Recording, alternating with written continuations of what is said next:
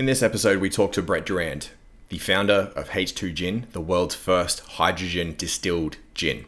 He's also the founder and operator of the Barossa Gin School, where you can go and learn to taste what your palate absolutely is in desire for.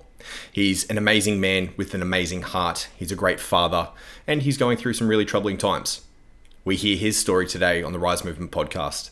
Make sure you go down into the description, click a link to go give Brett a follow on the H2 Gin page and the Barossa Gin School. This man is an absolute gem. Please enjoy this episode with Brett Durand. Welcome to the Rise Movement podcast, a place where legends just like you learn how to raise your standards everywhere. Welcome to another episode of the Rise Movement podcast. I'm Dave, and I am joined by my previous client and friend, Brett. Brett is an amazing human being, and we're going to be getting into his story and all the cool things that he's got going on in his life. The first thing I want to start off with is, if you can see the beautiful little logo on Brett's shirt, it is H2 Gin. Brett is probably the first person in the world to have figured out how to distill gin through hydrogen. We're going to dive into that because that is an extremely exciting story of how it came to be, not to mention the history of distilling and everything else that this artisan has gone through. Brett is also he has the gin school down in the Barossa. He also does limoncello classes. All his socials and everything going to be down in the description. So give it a click. Make sure you give him a follow. Share some love with him, because what's going on in the H2 gin space is going to revolutionize the way that we do distilling in the future. I've had many conversations with Brett about this topic, and I can't wait to bring it to you guys today. So Brett, I'd like to introduce you to the Rise Movement podcast. Hey, great to be here. Pleasure to see you again, Dave. Absolutely, man. Been too long in between coffees. Indeed, it has been. So the first place I'd love to start is, what was your childhood like? Give us an overview of your childhood that gave you the passion for everything that you're passionate about, for renewable energies, about artisanry, about distilling, about everything. What made you you?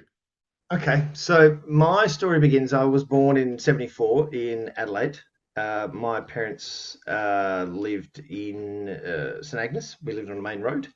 Little cream brick house. My first earliest memories are anchored there. My father took a job in the mines up in Lee Creek, which is, a couple of 100 kilometres into the red centre of Australia. At the time, it was a big coal mine. Strangely enough, it has a piece of history where they found the coal seam was actually running underneath the township that they built. So they basically picked up the township, moved everybody out, put them in temporary accommodations while they rebuilt the town away from the coal seam.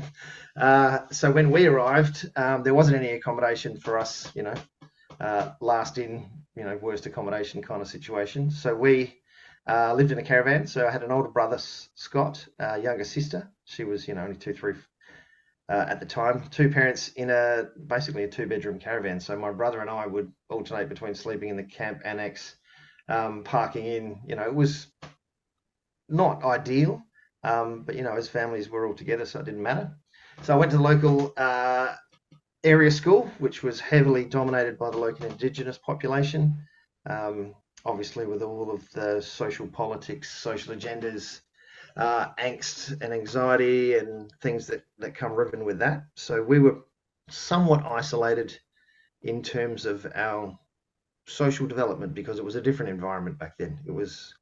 There was none of the reconciliation movement, none of but none of those things had happened yet. So it was still, without sounding too exaggeration, it was pretty rough. It was a coal mining town in the middle of nowhere, with a large population who are all basically, in this struggle to survive together.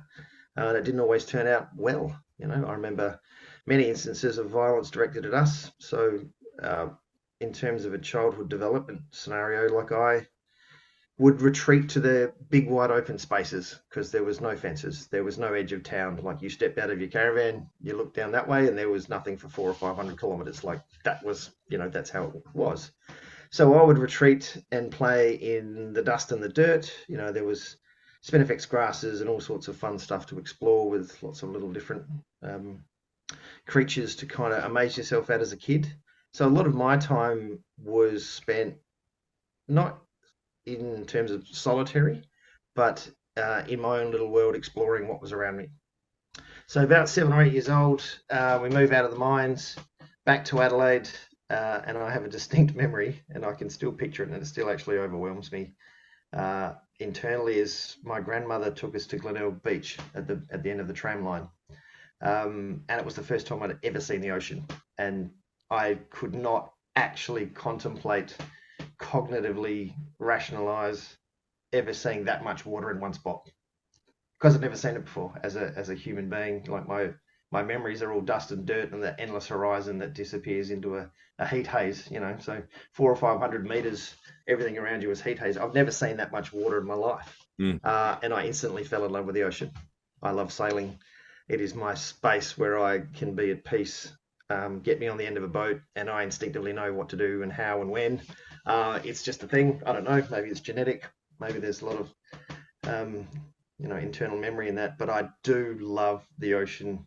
If I don't see the ocean once a year, I freak out. It starts to wear on me. So as a young man, moved back to Adelaide, try to adjust into an urban society from a very remote rural one. Had a lot of difficulties in trying to establish friendships. I once again would rather spend my time dealing with nature, hanging out in the creek, exploring frogs, tadpoles, all those kind of things. And I was a curious kid, so I would go to the library, start asking questions. Where do tadpoles come from? It's a simple enough question. You see them in the creek, you go, where do they come from? So the librarian would go, here's the biology books, and you'd start reading these books and get fascinated by how tadpoles grow and how the cycle of life starts to come about. But through a child's eyes, it's not. In a scientific discovery, it's just more amazement of going, oh wow, that's incredible. That's actually how a frog comes about, and then it makes tadpoles, and then tadpoles make frogs, and you're like, oh my god, this is incredible. So I spent a lot of time not so much socializing, more so much exploring whatever idea popped into my head that I wanted to know the next answer about. How does that work? What does that do? And so I was one of those kids that was constantly asking the question, why? So much so that it drove my mother and father nuts, to the point where it got so bad. My grandmother actually used to make a joke out of it, and she'd call me Catherine the Great, and I'd be like, "What the hell does that mean?" Like, and then she basically was setting me up because she bought this T-shirt and said, "I'm like Catherine the Great. I love the why of things. Why, why?" So I would be given books on archaeology for my birthday, history, all sorts of cool stuff.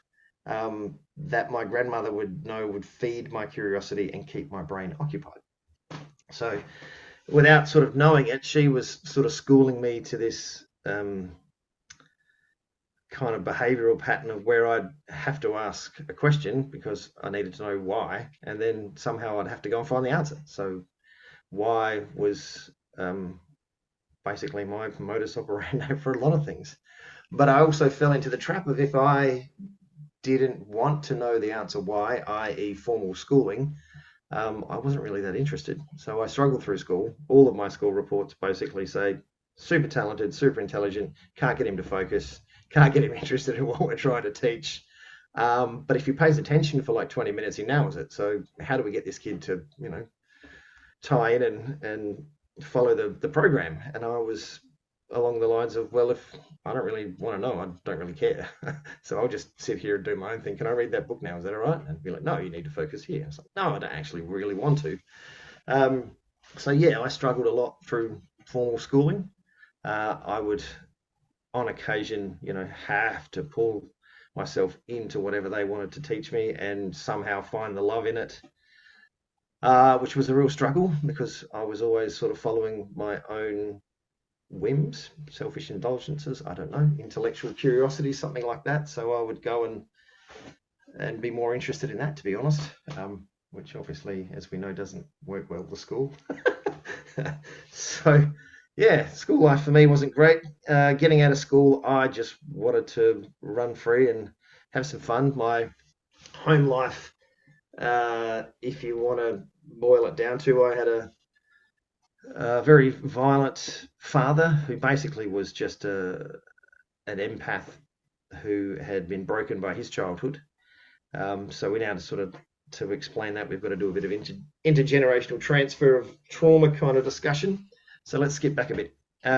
My grandfather on my father's side was lucky enough to be chosen to be one of the first ever naturalised Australian citizens. So prior to the end of World War II, especially in that post-war migration period, foreigners weren't allowed to become Australians.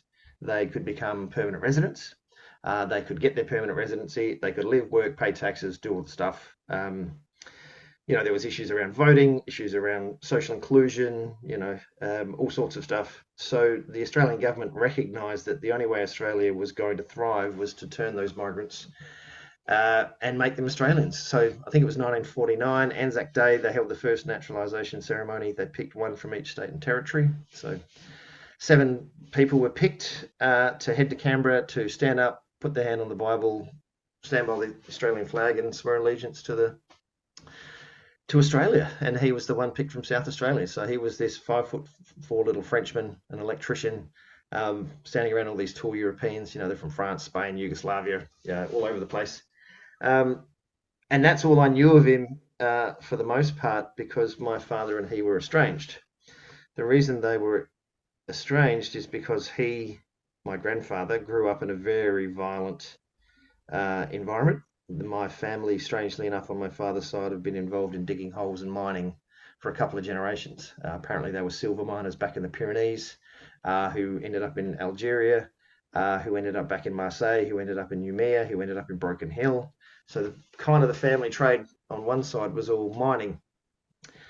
So my grandfather, decided to enlist in the French Imperial Army prior to World War II. World War II comes along. He finds himself stationed in Indochina, which back then was a large rubber plantation factory for the French, making tyres, Michelin, all those sort of things. He gets trained as an electrician. Obviously, World War II breaks out. We all know how that ends for the French, not very well.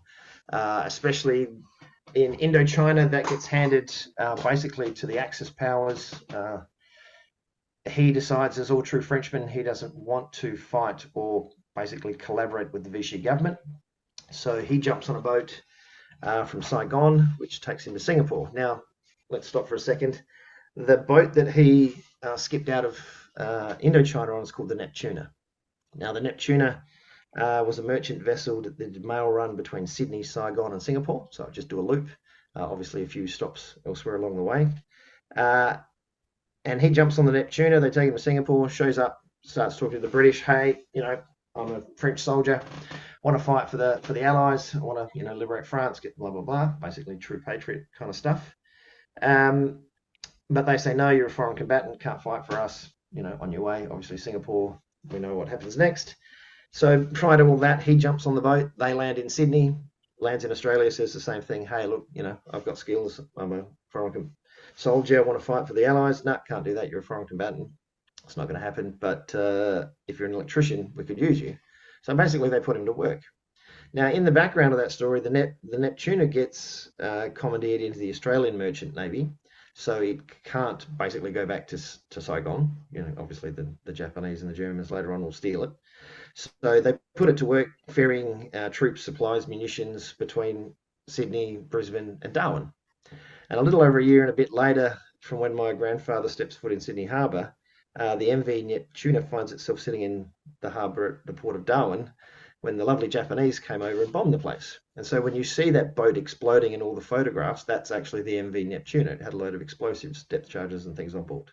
So the boat that brought my grandfather to Australia is actually, piece of history as well, which kind of explains a little bit of why my love of history, because it's so real to me, because it literally is part of my family. So my grandfather now finds himself as one of the first Australians after evading capture and, etc. in World War II, lands in Australia and then marries a tall German blonde. I don't know how you managed that, but, a little small Frenchman, it seems to be a thing. Look at Nicolas Sarkozy and his wife. They have 4 sons, obviously one of them being my father. Because he'd lived such a hard life, my father thought that to train men, you had to toughen them up. And to toughen them up basically meant brutalizing them emotionally until the point that, they were numb and they could handle anything. Clearly, we know that strategy doesn't work. You only have to look at the broader sweep of society to see that men that are unable to regulate their emotions end up doing emotionally damaging things to people, and sometimes they get tip over into violence. So Hmm? instinctively, I knew I didn't want to be like that. Didn't know how not to be like that. So basically rejected all of the principles of what he stood for in that regard. So I tried to forge my own different path, and once again asked the question why. Why can't I be different? Why can't I do things the way I wanted to? And I had no real guidance because my grandfather on my father's side was broken and estranged from us. Um, and my father was broken. So that's one side of the family. On my mother's side, my grandfather uh, was descendant for English settlers and Cornish copper miners. So once again, the mining, digging holes in the ground, playing with nature theme kind of shows up in my life. He was on a minesweeper in World War II. Um, and there was this grand table at my grandparents' house, could seat, 16 people, had a beautiful wooden thing. And we'd all pile in there and have family dinners and stuff. And it literally was so large that you had to walk along the seats to actually then slide into your spot because you couldn't pull the chairs out because it was basically smashed into the room so tightly. But it was so much fun because, the adults would sit down and the kids would climb on their laps, and there'd be like 35 people in a room. They should probably hold like 12. Yep. But it was awesome. And at the end of the dinners, Grandpa would have a couple of ports and start telling stories about all sorts of stuff. And I never knew whether they were true or not because it was quite funny. My grandfather, Max, he'd tell a story and you'd never know whether it was actually true or not till he got to the end. Um, but sometimes a lot of truth is said in jest, and he'd tell these stories about World War II and the things that he saw and he experienced, and he felt justified in his racism against the enemies of uh, freedom at that time. And I can understand his point of view. I don't share it. Um, but at the time, there was a lot of things that he said, even to my young mind, that was like, wow, how do you actually do that? That doesn't seem right. So he had his own emotional traumas coming out of the war. He raised 5 kids in a small house. They obviously, without having the ability to internalize and deal with a lot of the stuff, pass it on to their kids. So my mother, in a lot of senses, was cold and emotionally distant. So my childhood, I'm being raised by an empath who's been brutalized to survive the modern world. You had to be tough to get through it. My father drank coffee like it was water. In fact, I think it was his water replacement. I don't know how he did it, but he'd have a coffee at 11 o'clock at night and go to bed and sleep for 7 hours. Like it just, if I have a second coffee, I don't sleep for 2 days. And he drank Coca-Cola. He smoked cigarettes. He'd have 2 or 3 cigarettes going in the ashtray. But part of his brilliance is if you handed him a problem, uh, it was basically 3 coffee cups, half a packet of smokes, and 2 cans of Coke, and he'd have the answer for you. He'd make it work. And that taught me that anything is possible if you put enough mental energy and focus into it. He obviously did it in a self-destructive manner because, in his 60s, he died of cancer, throat cancer and lung cancer, obviously through the smoking and the coffee and the Coca-Cola. Well, it's not really a healthy diet, as we know. Um, so I grew up in an environment that, we were prized for intellectual kind of creativity, but not emotionally supported in a lot of ways. So my coping mechanisms and a lot of my sort of toxic traits, as we call them now, was to retreat into being intellectual rather than feel emotions. Hmm. And it's taken a lot of work through you, Dave, especially, and a lot of counselling to be able to correct that imbalance. Because now that I'm a father, I don't want to pass that on to my daughter. I do not want to teach her that your emotions don't matter. It's only what you can create or think or achieve in life that's of any value. Living an unfeeling life is not something I want to put on her. So I've done a hell of a lot of work to try and get through to the other side of that, which is not fun. You got to hug a lot of cactuses to get through to the flowers, in that sense. So if you want to wrap my childhood up in a lot of ways, I would describe myself as someone who was always intellectually curious, emotionally kind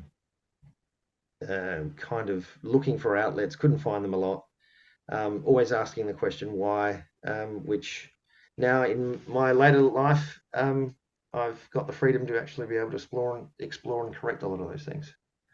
So I'm trying to, in a way, um, heal that direction so my daughter doesn't have to fight the same battle as I do. Yeah. That makes sense. Um, it's a pretty powerful thing the moment that you have that awakening as a father that says, I can't let them experience what I experienced. I can't let them see that side of me, not from like a suppression, repression sort of side. It's Mhm. from, I need to fix the shit inside of me so that I don't pass shit onto them. It's Yeah, like, I remember the same thing, my daughter's 10 now. So 10 years ago when she was born, it was the moment that I heard her cry where I had this epiphany. It was like everything just switched on. It was like another awakening moment where I just went, wow, this really matters. Mm. Nothing matters more than this child. I Yeah. have to do everything and anything to provide her the life that she deserves. And it was in that instant that she came out and then she cried and my whole world turned upside down. And I Exactly. said, everything and anything she deserves to be able to have the fullest experience of life. And I don't know if I can provide that for her. And then, which was one of the motivating things to be able to put me on the path that I've been on, to be able to understand myself, understand emotions, but not from like what you were saying, an intellectual perspective. It's an embodied perspective. It's like, Mm. what does that feel like in my body? Yeah, absolutely.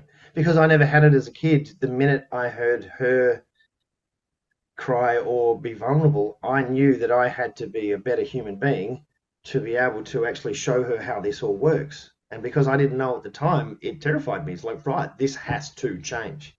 As of right now, I can't be that selfish, indulgent, intellectually, you know, not so much curious person, but indulging myself just intellectually. I need to be a real human now because this little person right there is so vulnerable.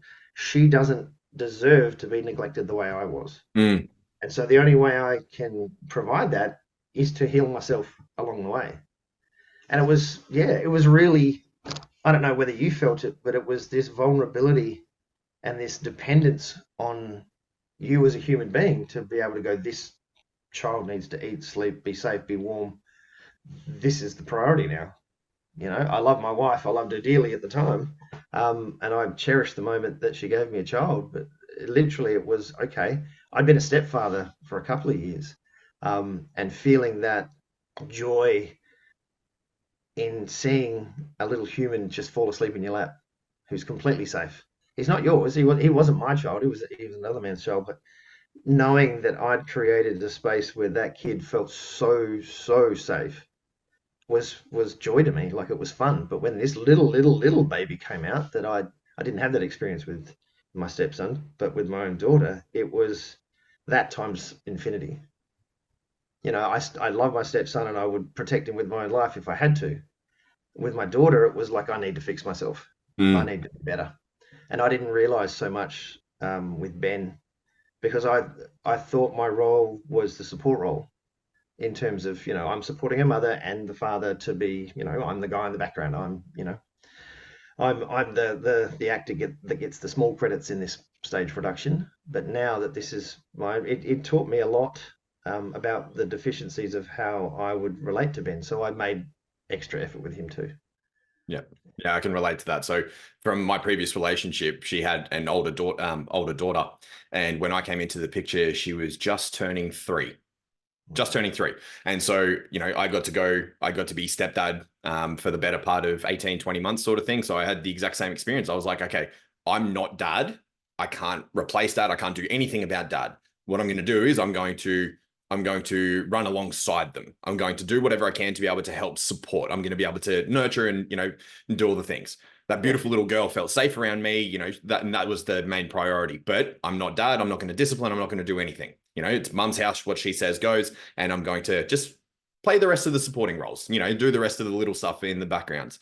Yeah. Boy, was I wrong. I really should have, like in hindsight, that little girl needed me more than anything while she was with us because, you learn going through breakups and family court and all the rest of the things, the lies that your partner at the time can spin about the ex.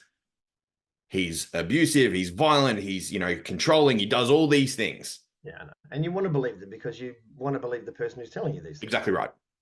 And then coming on the outside of it, on the other side of the breakup, going through everything that I went through with DV and, getting arrested and fucking family courts and proving to the magistrates that I was safe and everything like that because I'm a straight white male that is, at the time 120 kilos and really strong. I remember the arresting officer said to me, he goes, "We have to take you because you're twice her size and you could kill her." And I was like, "But I'm calm. Like, I'm rational. Like, I want to resolve this as peaceful as possible." And they said, "Sorry, mate, it is what it is." So everything that happened there, when I started talking after the breakup and everything happened, I started talking to the older child's father more, and he's a lovely man. He's a beautiful man.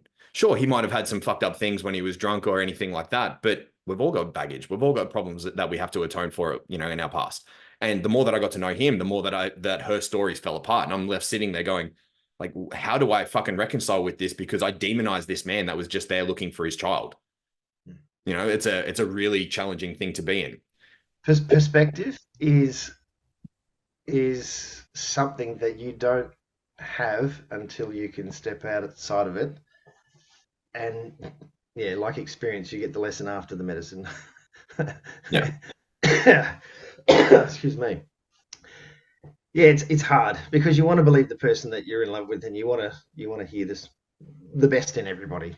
That's how it works. So you hear this, their view on things, and you don't have any other evidence. So that's how your reality is formed at that point. Yeah. Yeah. So you and I have a very similar sort of story when it came to our exes. Yep. How did you, what was your awakening moment when you found out that this person isn't the person I thought they were? Uh, right. So then we're still going through family court. So there's a lot of things I can't talk about Yeah. in that regard. So I have to stick to facts. So the fact is, 16th of March, something happened at the then family home. Um, our views on that and our statements later on that differ wildly. The fact is, she pled guilty to assault. Because it was her first offence, they obviously did the plea bargain kind of scenario.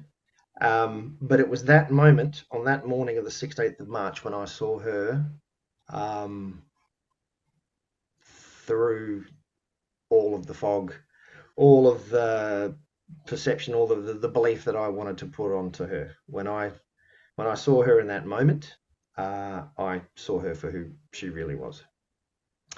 And that person is not who I thought she was.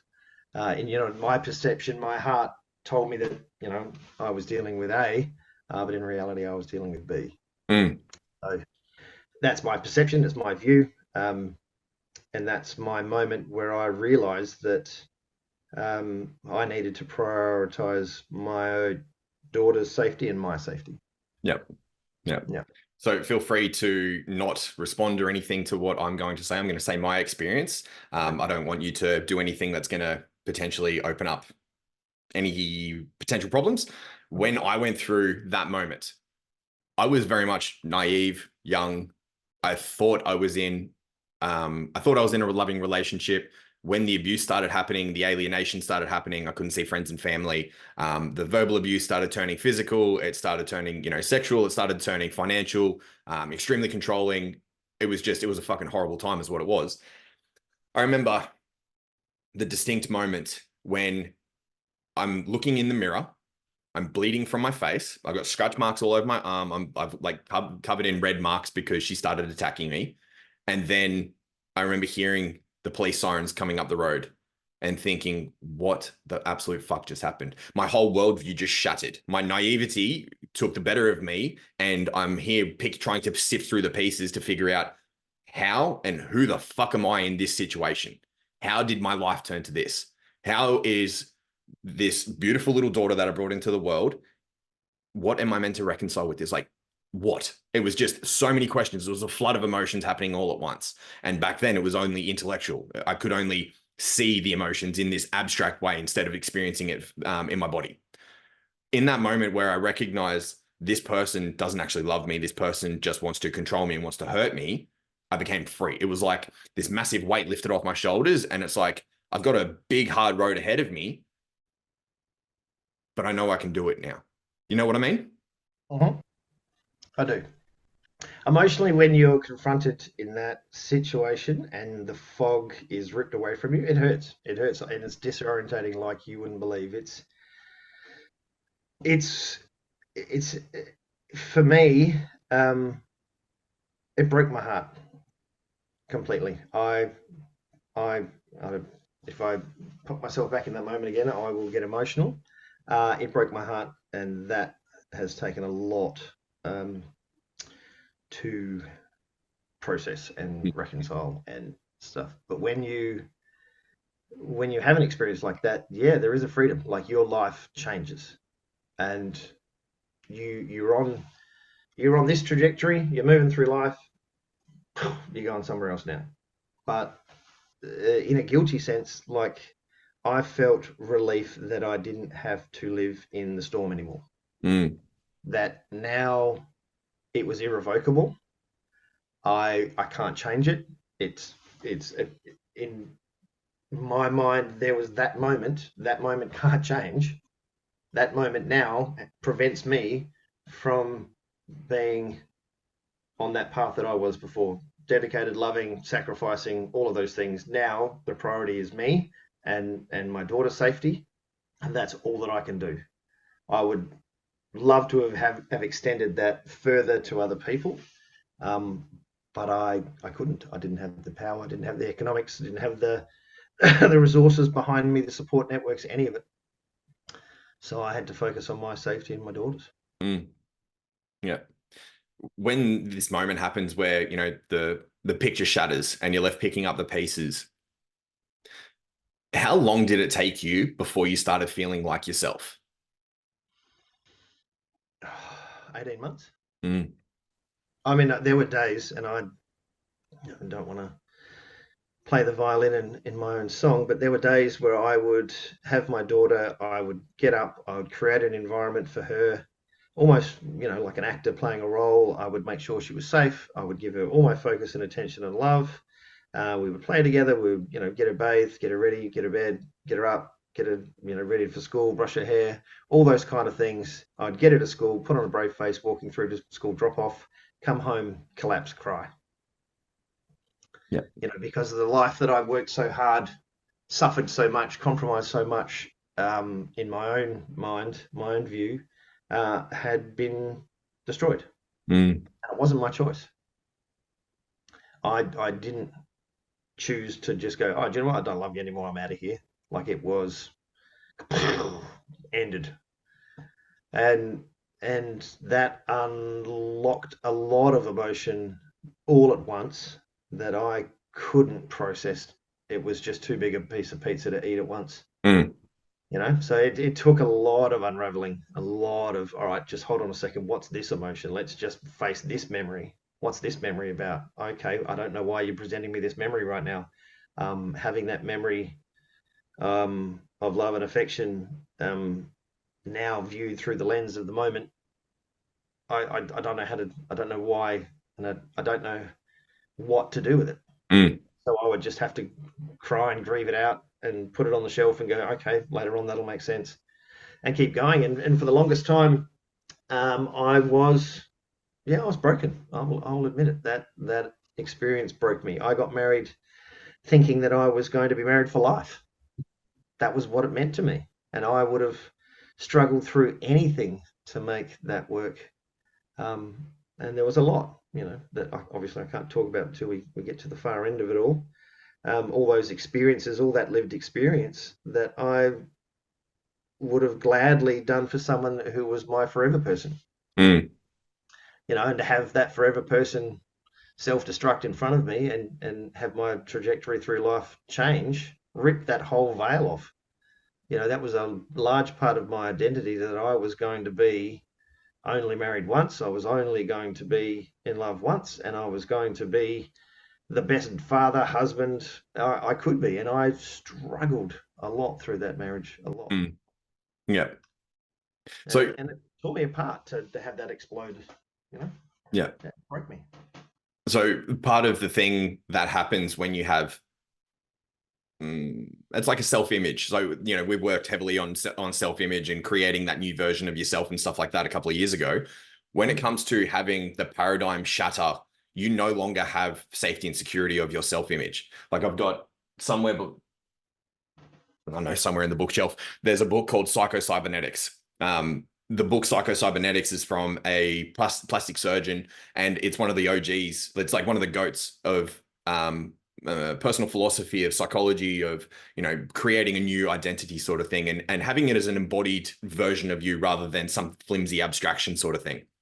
Inside of that book, it talks about how things don't change physically in our world around us unless we change internally.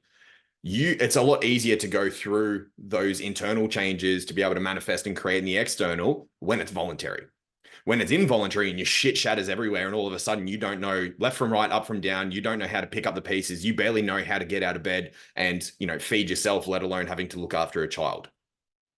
What are some of the things and some pieces of advice that you would give to people that would say, start here, start with this little thing that you can control, because that little bit of control allows you to feel grounded and feel safe? What's that thing for you? For me, like if you sat me on a desert island, took away all my toys, all my social interactions, all my books, laptop, the whole bit, um, who would you be at the end of it? You know, who would you be? Would you still be interested in the same things? Would you still like the same music? All of those pieces, those core fundamental beliefs of who and what I am, um, all those programs that you built around who you think you are, uh, what for me, um, advice I would give is to be kind to yourself and to take a breath, literally go sit by a tree for an hour and just go, do you know what? All of the things that have happened, put them aside for a sec. What what does matter to you right now?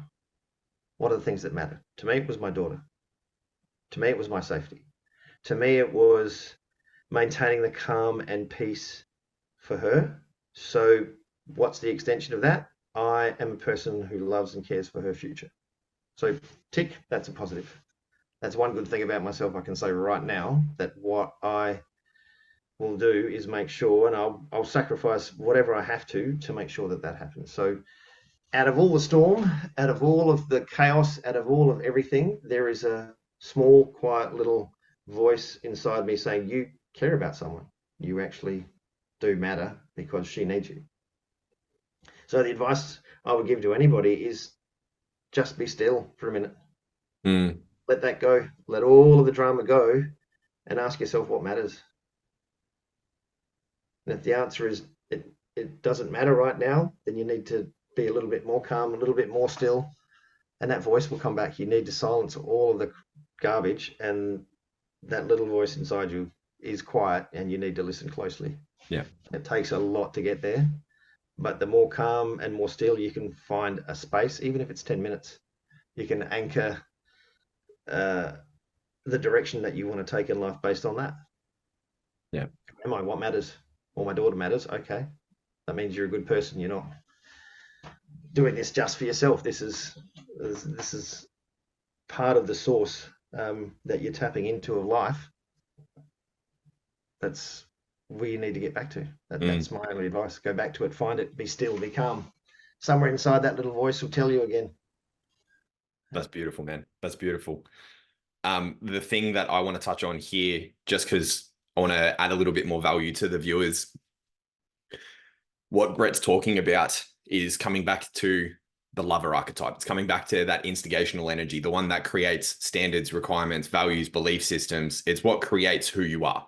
So coming back to that lover archetype is creating a space for new. It's creating a space for, that's what instigational energy is. It's creation. That's what it is.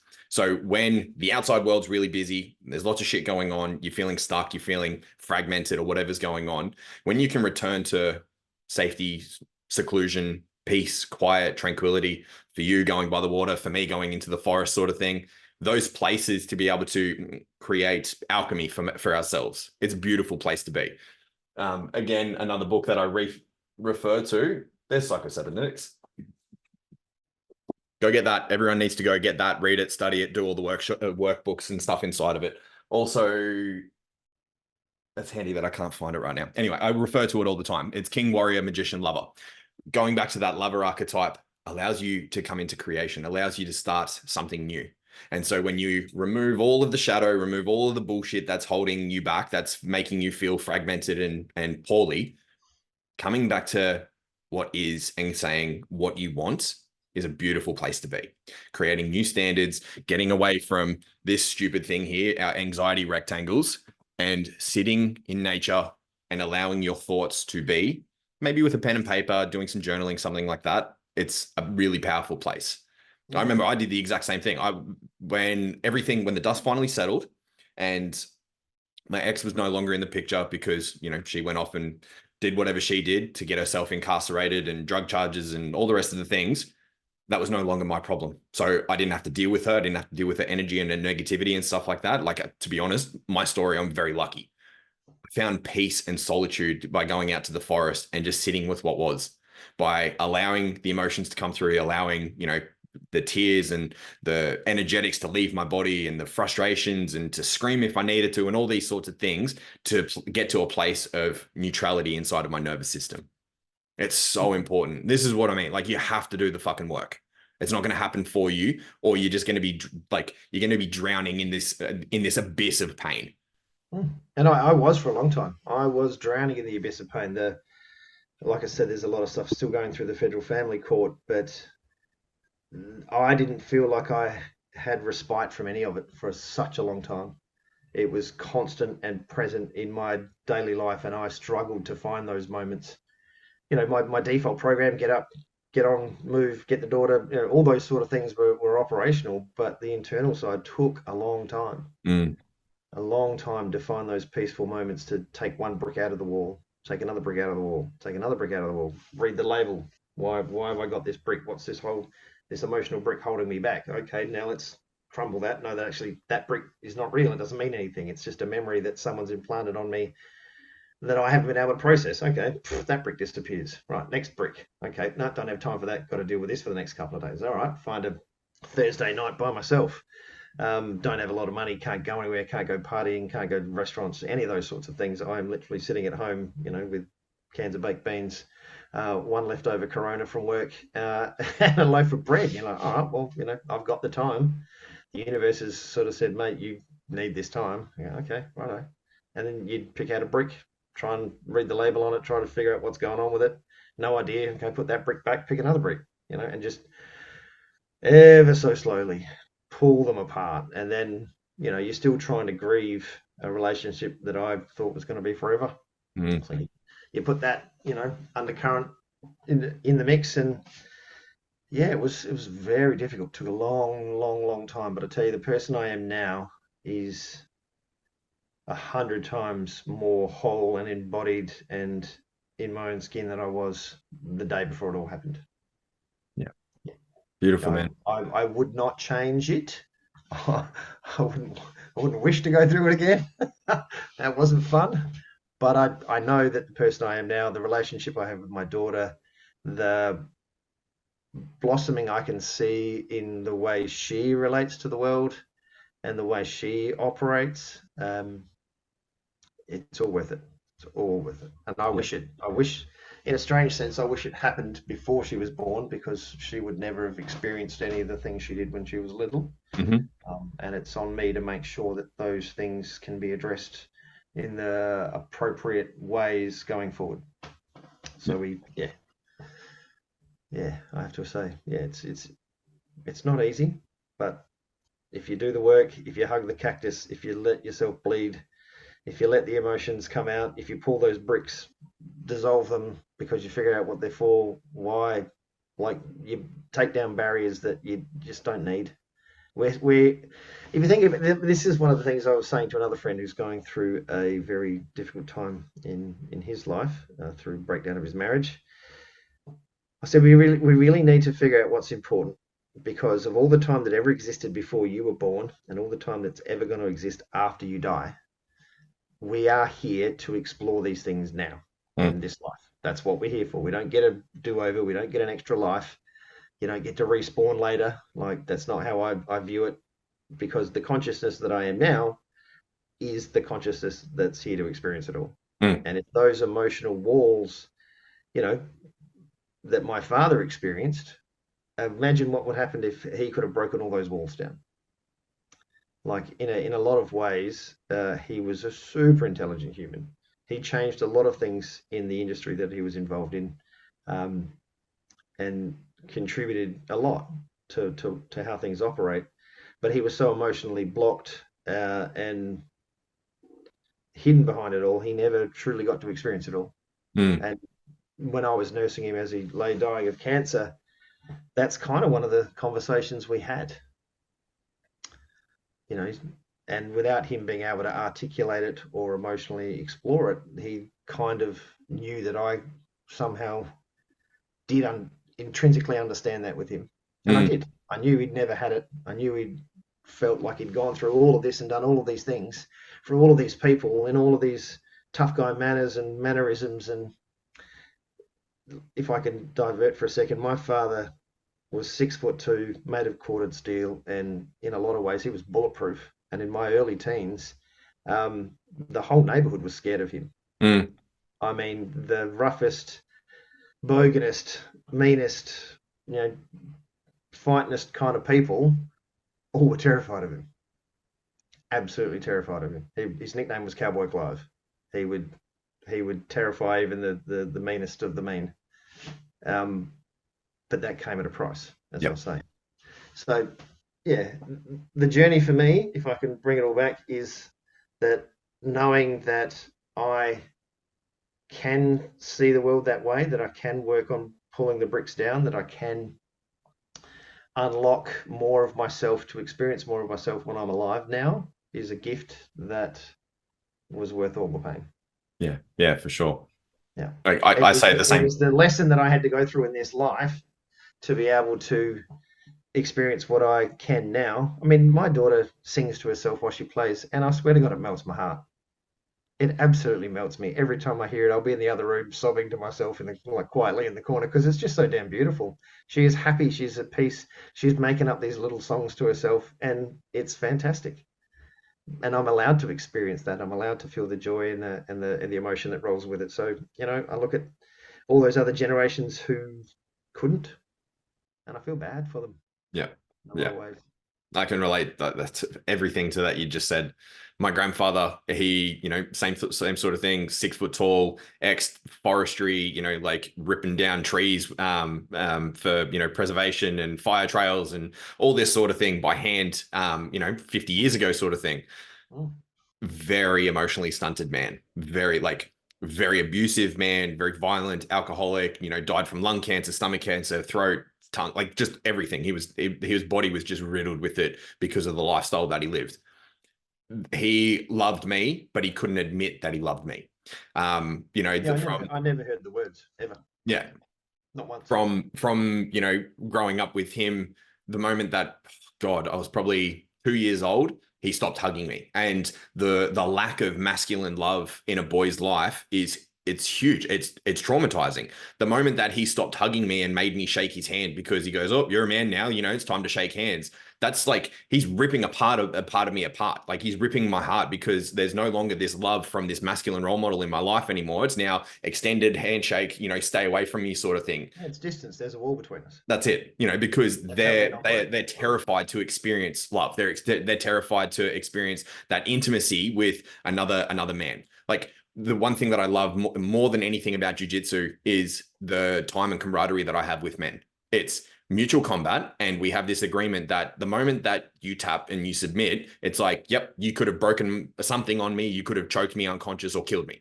There's this fucking deep love and intimacy between one another, whether the guys will admit it or not. It's like the moment that someone submits me, I see them in a different light. It's like, yeah, I see you. Like, I accept you. Thank you. It's something that It's we supporting things desperately that need. men need because we go to combat together. I still have mates who I still see from my days playing amateur league soccer. You know, and it is almost the replacement for going to war. Like we went into combat together. We've sweated. We've battled. We won. We lost. All those things. It builds a connection between people with a shared experience that you've struggled together. Mm. You know, we're all pushing in the same direction, and that builds ties for people. That you see any cricket club, tennis club, golf club, you know, they know each other and they build networks for life. Yeah. Yeah, and Yeah. that's one of the outlets that men are allowed to have. But you know, you're still a little bit tough, and you know, can't have a hug. No, that's Yeah. not how we approach it, people. Men are desperate for initiations. Like we've got no rites of passage. We've got nothing that says you're a I man agree now. with that You know, statement. step up. This is big responsibility. You know, there's a lot that you have to learn because you're so infantile in your worldview that we need to break you down, mold you, give you the full spectrum of being a man. And that is emotions, that's understanding, that's intellectual, it's physical, it's everything. We don't have that. Absolutely. No, we don't. I interject quickly? I studied anthropology at Adelaide Uni for a little while there. One of my lecturers was this lovely woman. I think she recognised in me that curiosity early on, so she would once again kind of feed my brain with a lot of sort of extra readings and little clues and little pennies. Like, here, read this one, or read. I think you might like to read this. You know. Um, and I remember reading one about a pygmy tribe in the Belgian Congo, which is exotic enough to pick for me to go, oh, that's interesting. That's an entirely different universe that I'll never experience. Cool, I'll read that.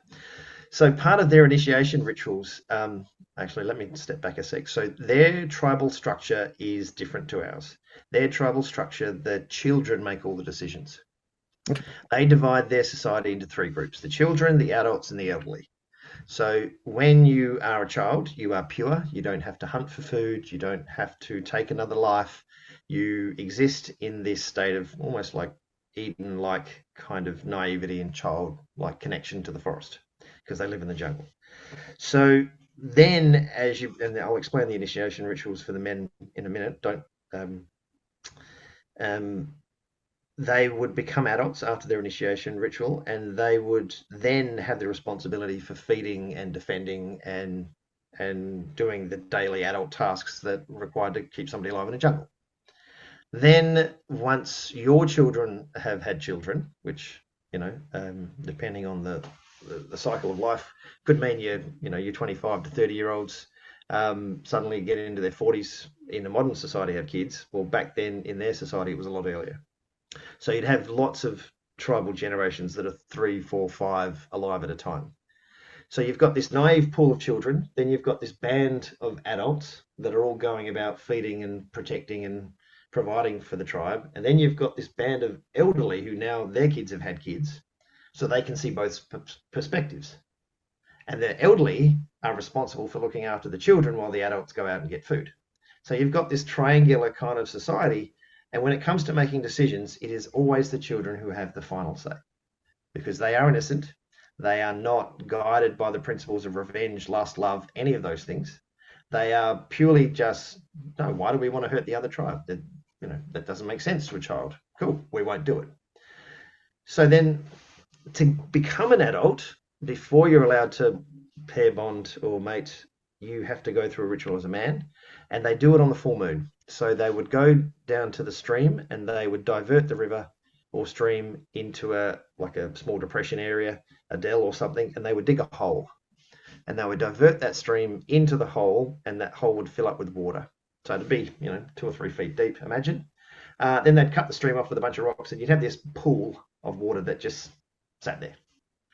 So part of the ritual, I won't bore you with all the boring parts, but the bit that interested me was that they would get the young men and they would go through the pre-ritual part. They would then take them down to this pool and they would ask them to enter the pool, lie down flat on their backs, and they would have to wait underwater until the pool went still. So it was a kind of a physical challenge in a sense, and a self-discipline, self-control kind of test in a sense. Like, you have to sit still long enough for that water to stop wiggling.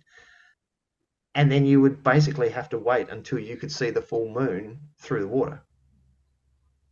So you'd be living in this enclosed environment within yourself, underneath the water, looking through the water at the moon. And you could see all the distortions and the ripples. And the way they explained it was that now that you're an adult, your perception has to change. And when you step out of that pool, your perception has to change. You now have to see the world in a different way. And you have to do it through self-discipline. You have to do it through self-management. You have to do it through Your priorities are no longer a child's. Your job is to provide.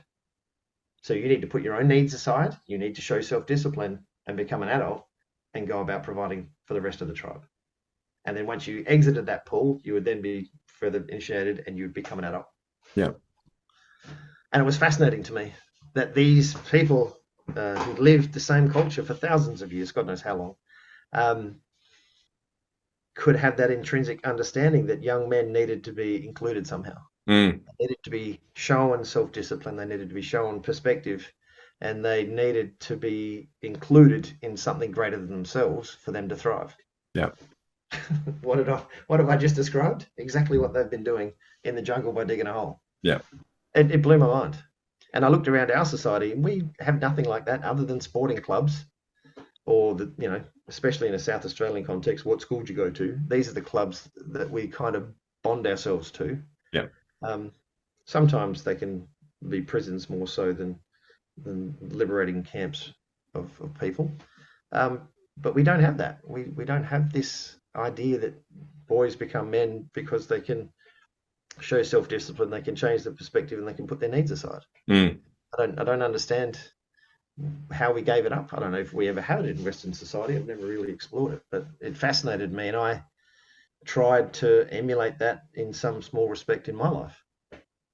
Yeah. I had to change my views on things. I had to put my own needs aside and start doing things. And in a sense, I spent a lot of time helping my family through their financial struggles. I went back to work in the family business for a number of years to get my family on a financial footing that could move forward rather than backward. Yeah. Cost me a lot personally, but that's the sacrifices you make for your own family, isn't it? That's it.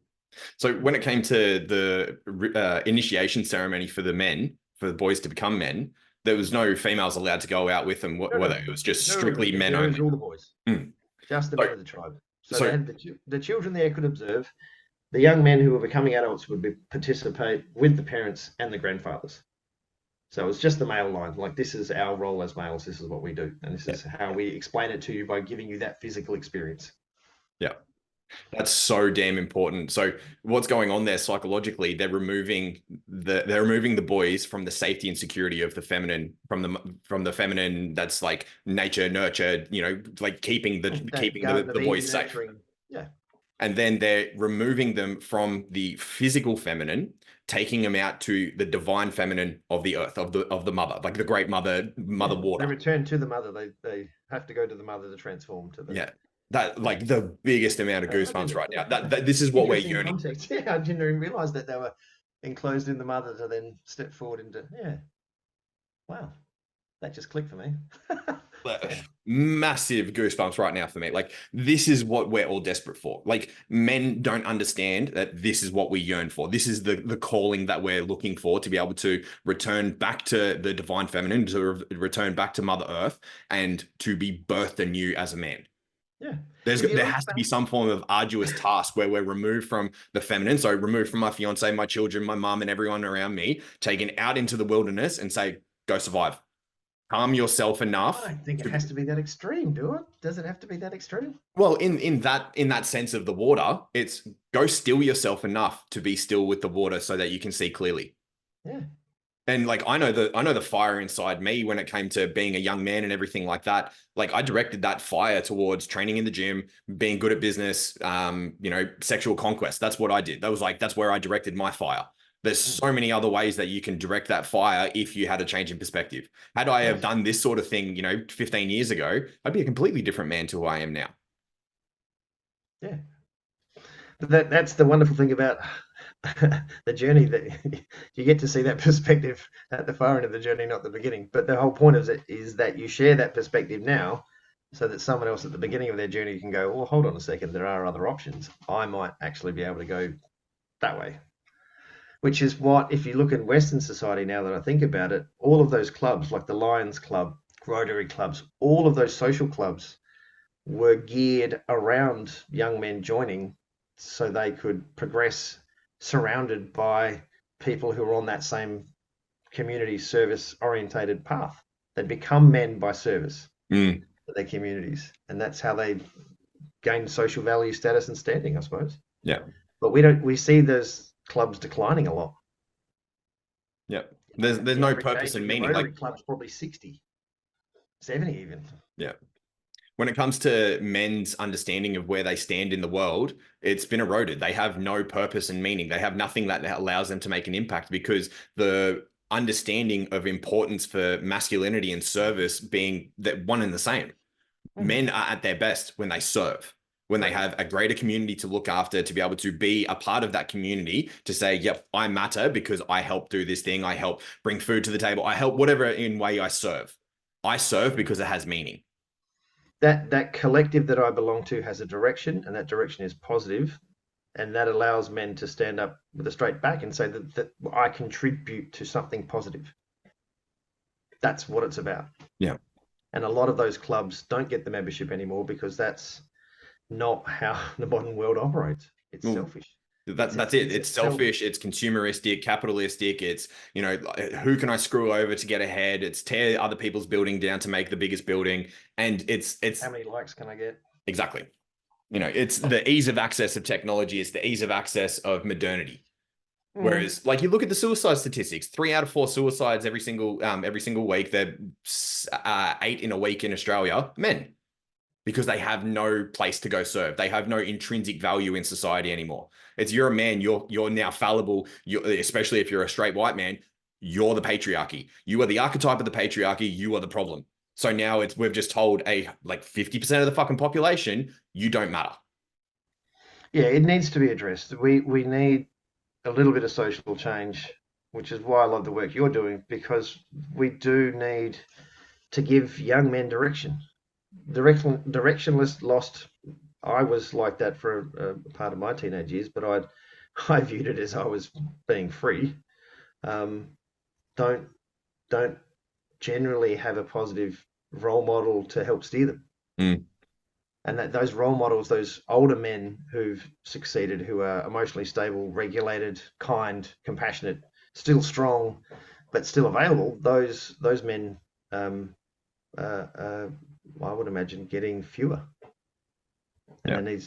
that needs to be more. There needs to be created more of them, so that generations after generations of men can actually have an elder turn around and say, "Hey, mate, I know the path you're on. Been there, done that. Yeah, it's enjoyable. Yeah, it's pleasurable, but ultimately it has no purpose. Mm. Come, find a purpose, put your energies to something that matters, and build self-esteem, self-respect, and find your place in this world with us. That's kind of how I see it. There's a lot of ways to achieve that. Sporting clubs, mental health groups, all sorts of stuff. But The thing that I love in your story, it's much the same in mine. I know a lot of the other guys that'll listen to this and see themselves in our stories is every time that you've had the wise word of the feminine come into your ear and say, "Hey, I think you would like this. Go do this thing." And you take, because they understand us. They see us for what we are and they see the potential inside of us. The purpose of the feminine inside of a intimate relationship or even inside of your family dynamics is to antagonize you to be all you can be. They see the potential inside of you to be the man that you could possibly be. So they want to kick you in the ass and say, go out into the fucking world, do the thing you're supposed to do the thing that is unique to you, and go and do it to the best of your ability. You had your grandmother say, oh, this is it. Like, he's interested in these sorts of things, in knowledge and history and all these sorts of things. He's a curious little kid. Give him this, give him more. The same thing with your teacher at university has said, here, this is interesting to you. Go do this thing. yeah, And it's like, sweet, I'm spurred. I'm on my way now. yeah, when it's delivered in a nurturing, kind, positive way, that's when I've thrived the most. That's when I've found, and you can hear it in the memories that I share, that those moments when that feminine has been that soft and gentle and nurturing. Hey, by the way, I recognize you, and I think that you might like this, and I'll place it in front of you and let you, I'll let you explore it at your own. Bam, I'm off. I'm running. That technique works the best with me. Mm. Honestly, it works the best with everyone. Being able to be held in the softness, the gentleness, the encouragement, in the vessel of like beautiful feminine energy, allows us to develop so that we can go outward. It's the safety and security of coming back home. You know, it's like anytime that I'm around my mum and she gives me some word of encouragement, it fills me up. Anytime that like I said this to Rach a couple of weeks ago, she came up to me, put her hand on my shoulder, and she just said something sweet and like, you know, it was a passing comment. She goes something like, I appreciate you, or I appreciate you when you do this. And that little gesture with, you know, the eye contact and the hand on the shoulder, that meant more to me than anything else at that moment. Like it was the most meaningful fucking thing. And it's like reinforcing the good things that I'm already doing. And she acknowledged it and said, hey, like, I really appreciate you for doing this. Like that Yeah, matters to men more than anything. yeah. We love that connection and affection. Yeah. And as a human being put on this planet to experience life and love, um, it's a lay down misere. Like if you treat somebody with kindness and affection in a moment, it will get through to them. It's what we are looking for in a lot of ways. Yeah, I Yeah. couldn't agree with that more. Ultimately, interactions come from one of two places, the perfect split of polarity, you know, the yin and yang. They either come from love or it comes from the absence of love. Ultimately, that's what humans do best. We love. And when we remove love, it's because in ourselves, we're not feeling that we are worthy of love, or we're trying to hurt someone to make ourselves feel better. So Absolutely. it's all love. Everything is always love. It's the absence of it, or it's from that place. Hmm. And if you can incorporate that into your daily life, if you can do things from a place of love, the outcome is already decided. It's joy, regardless of whether you learn or whether you succeed or whether you fail. Like you're still doing it for love. When your failures just become lessons, it can never be a bad thing. Like that's part of the healing process with me is like all of this is coming from a place of I need to love myself so I can show my daughter how to do it. Beautiful. Yeah. Beautiful, man. Yeah, if we can tie that in a circle, that's kind of how it operates now. I need to love me. I need to accept all the quirky, weird. I say it quite a lot. I'm weird. I've accepted it. Yeah, I can don't mind. relate. The way my mind operates and what the way my heart operates is like, yeah, I'm weird. I get it. I'm built unique. We all are. There's billions of us on the planet. No two of us are the same, but that's the point. Yep. Yeah. Hell yes. Learn to love yourself and get on with it. You'll have a good time. Yeah. So I want to shift gears a little bit into the whole, where did the curiosity come for distilling gin, for the how articulate you are with getting people to experience their palate differently, for stilling the water to be able to see a different perspective. Okay, Where right. did all this stuff come from? So let's go back in history again. So my grandfather, the French one, he lived on Days Road, and I literally only have one memory of him face to face. So I'll put it in context. I was about 12 years old. We jump in the blue station wagon that Dad owned. We drive down to, the other side of the city. Pick your city, go from one side to the other. So it's a fair drive. Hot vinyl seats, all that kind of story. We jump out of the car, we pile into this place that I've never been. It's a suburban row house. It's got a little chain link, galvanized iron fence out the front, a little bit of a garden. Go up the steps, in the front door. We're all sort of awkward. We don't really know what to expect. My father's being very much, an emotional ghost at this point. He doesn't want to engage. Mum's trying her best to speak to Dory, my grandfather's second wife. And it's all rather awkward. It's really awkward. And then I take a few more steps through a room, and on the left is a piano. Yeah, and I'd started with my mum's mother, my grandmother, to take a few piano lessons. And I was interested in pianos back then and music. And he had a bunch of sheet music all stacked up. It's all dusty.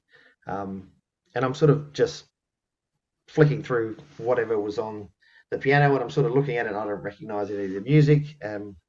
My grandfather said something about, do you play? And I was like, no, not really. And he's like, oh, that's a shame, I'd love for you to be able to play for me, kind of thing. And he's trying his hardest to sort of find a connection with me. And my brother's kind of not really in the picture, and my sister's feeling awkward, so she's hanging off my mum's skirt. So he disappears, and he comes back with this glint in his eye and this little glass, right? And he's got this bottle with him, and the glass is just one of those little cafe glasses about that big, with an ice cube in it. And he gets this bottle and he pours it into the glass, and this liquid, this sort of clear liquid, hits this ice cube and explodes into clouds in front of me. Right. And I'm like, oh, wow, check that out. Like, I'm amazed that you can go from a clear liquid to a cloudy one instantly. So my little scientific brain was like, oh, that's cool. How does that work? But more to the point is like, here, try it. So I take a sip, and then if I close my eyes, I can go back there now. It is the warmest, most smooth, licorice flavor that literally starts at the front of my lips and it just curls all the way into my palate, all the way down past my tongue, all the way down into my throat, and it's warm pretty much all the way through to my stomach. Like, this stuff is just like it's like a warmth that it's full of flavor, and it connected to something in me. And I remember looking at his eye, and he had this smile and this twinkle in his eye, like, yeah, how you doing? Kind of, you get it. And I didn't know what I was getting, but I just remember the experience. And my mum caught wind of what was going on, and she literally went nuclear, thermonuclear instantly. Like, this thing was just like basically he'd committed the worst crime in history. Like, that, you just can't do whatever he's done. It exploded, and there was a bit of an argument, and we were kind of bundled into the car and out the door. And I remember driving away still with that taste of licorice in my mouth. Like, it was just beautiful. It was light. And I could explain more about the flavors balanced into it now. But at the time, like, as a 12-year-old, it was just incredible. Like, and I could taste licorice all the way home. Like, I'd just sit there and go, like I was chewing a piece of licorice, and it fascinated me.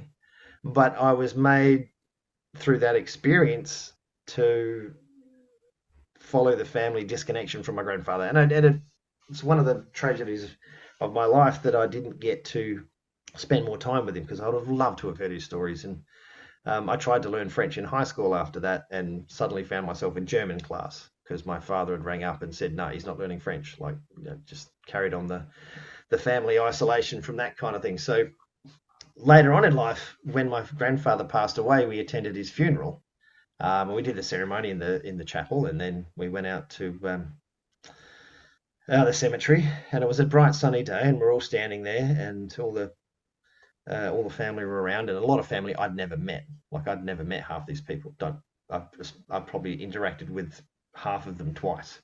So there's a lot of family disintegration that's gone on, which needs to be addressed, but we'll get to that another time.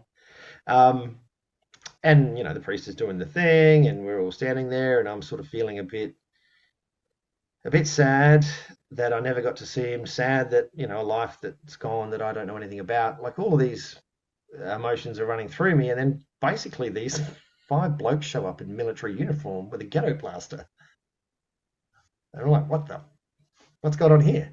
And four of them line up. So one's the sergeant, the other four are lined up. They basically like wait for the priest respectfully to do their thing. They're all standing at attention. The priest finishes. He looks at the guy. He gives the orders. They hit the Marseillaise on the ghetto blaster. So they play the Marseillaise to a fallen soldier. Then basically get their rifles out and give him a send off. So they're literally the Legion of Honor, the French organisation which will provide a military service at a funeral, have shown up. We had no idea. Like, obviously, I wasn't part of the arrangements. So then we have this memory of him being buried with military honours. So now the question is, who is this guy? So my sister and I, very curious, start Googling, find out he's one of the first Australians, all sorts of stuff, try to get his military records, all sorts of difficulties. And this journey takes years, when you don't really have a lot to go on. Those conversations you have with a relative that, every 6, 8, 9 months you go, oh, guess what I found out? I found out there was another Durand here in Broken Hill, and I found this bit in the National Archive, and I found that bit. It was like, oh, okay, cool. So I was working in the drilling industry. I was married, had a young child, looking for something to stimulate my brain outside of work that would anchor me. So I discovered that the drink that he'd passed me was basically a southern French drink called pastis. And I stumbled across that in a bar having a chat to the barman and telling that a brief version of that story. And he's like, "Oh, it probably was pastis. Here, try this." Bang, put it in my mouth. Almost the same experience. I close my eyes. I teleport myself back to Days Road. I'm standing there and I can see the twinkle in his eye. And I'm like, "Holy shit, that's exactly what you gave me." There's some subtle variations to it. Do you know what? I'm going to make my own. I want to understand what that drink is so I can make it for myself. So I now then would have a magic potion that I could transport myself back to his memory. So I wanted to be able to recreate it. Um, and I spent a lot of time learning how to make spirit. So I started buying books on looking at the forums, all those kind of things. Um, Started to really, my curiosity was really digging into it. So I bought books on fermentation, I bought books on the chemistry side of things, flavor side of things, all of it. And it wasn't making sense to me. Um, and I thought wrongly that I could do it all on my own because clearly, it can't be that hard.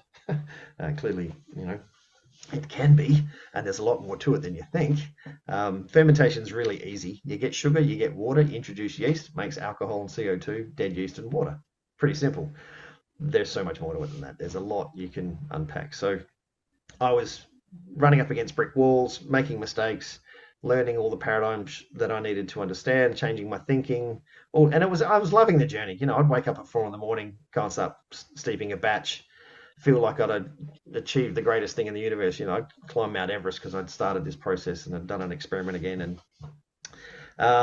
then go about my daily business, come home, monitor it, like a peek in the lid every day kind of stuff, being a goon.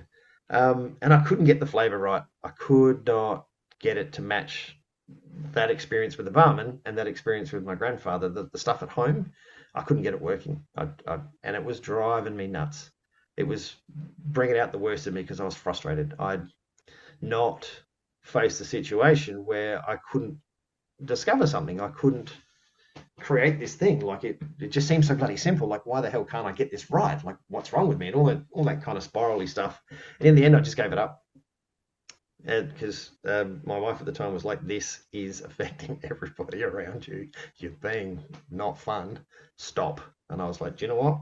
Yeah, I'm going to hand it back. I'm going to give that back to other people so I can just experience it. I don't want to be the creator of that experience. I just want to be the subjective experience of that. I want that to be something that I I I want to be able to just buy. I want to sit in a bar. I want to be able to teleport myself. I want to be able to do it that way." And I'm like, "Do you know what? That works for me." Okay. So now I've got all this distilling equipment. I've got all this knowledge. Uh, and the drilling industry wasn't working for me, working with the lifestyle and the matrimonial arrangements that we had at the time as to childcare and working away, digging holes in the ground for days, weeks, all sorts of stuff.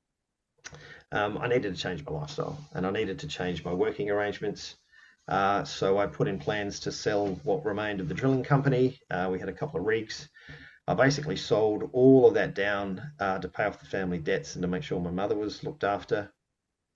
Lots of story goes into that, but we'll skip past that. Until 2016, I decided to start my own distillery. Because I'd found in distilling the chemistry of it is enough to keep my analytical brain very much occupied. But when you are making gin, which is a combination of juniper, coriander seed, angelica, and a bunch of flavors, the creativity in choosing those flavors is almost endless. If you can eat it, you can distill it. So on one side, you've got this perfect balance of maths, physics, chemistry, science, analysis, data, all sorts of cool stuff. And on the other side, you've got this unlimited purview of what Mother Nature provides. If we can eat it, we can distill it, we can combine flavors in, get 6 ingredients and it's, to the power of 6, you can make almost anything. And not only is it what ingredients you choose, it's the level of ingredient that you choose. So it can be a subtle note, a mid note. You can overpower the juniper with coconut, or the coconut can be just a subtle note. So it's not only the combinations of all those, it's the combinations of how strong each flavor is. So it becomes almost exponentially creative as to how you go about it. So then I needed to discover how to do it effectively and to give myself a framework to look through. So I started researching, and I always, when I'm delving into a topic, I work with the understanding that there are people out there who know more than me. There are people out there who've done degrees, who've done masters, who've done PhDs, who've done doctorates, who are, you know, the Jedis of that topic. And if you can find those Jedis, you can learn from them and alleviate a bunch of mistakes because they did all that 20 years ago. So they can skip you ahead if you're kind enough, smart enough, bribe them with lunch, something, buy them a coffee, like, and ask somebody, like, what do you know? Like, can you share that with me? And a lot of the times, not a lot, I'll say some of the time, people will go, nah, too busy. Yeah, okay, that's not the right connection for me. But then you'll find somebody who'll go, yeah, cool, happy to share what I know. And you go, oh, awesome. So suddenly I'm 20 years in front. I was lucky. I had two very good mentors, not day-to-day mentors, but people that would drop pennies in my head and then sort of smile at me because they knew the challenge that they'd given me and they knew I wasn't going to give it up. One was PJ Wall from Yalumba, and they said of PJ at his funeral that while everybody was looking for the next great grape variety, he went looking for a better closure. And if you look him up, he's one of the signatories. His intelligence could fill a room. He was just a brilliant man.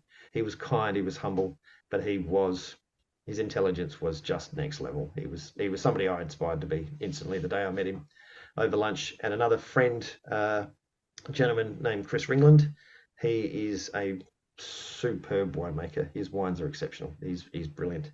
And between the two of them, I'd be like the annoying puppy that just wanted attention, kept asking questions, and they'd keep giving me pennies. And I'd go and dissect these pennies and like, how does this fit into the whole thing? I don't understand it. But by the time you figured out why they dropped the penny in your head, you'd be like, oh my God, really? That's how that works. Holy crap. So I'm reading books on the essence industry. I'm looking at books on perfumes. I'm studying perfumery. I'm studying chemistry. I'm studying fermentation. I'm studying um, all sorts of different disciplines, trying to find where they cross over, trying to find that kind of nexus, that core of it all. Where does it all come from? Why does it even exist? And then you start looking at the biology of the human palate.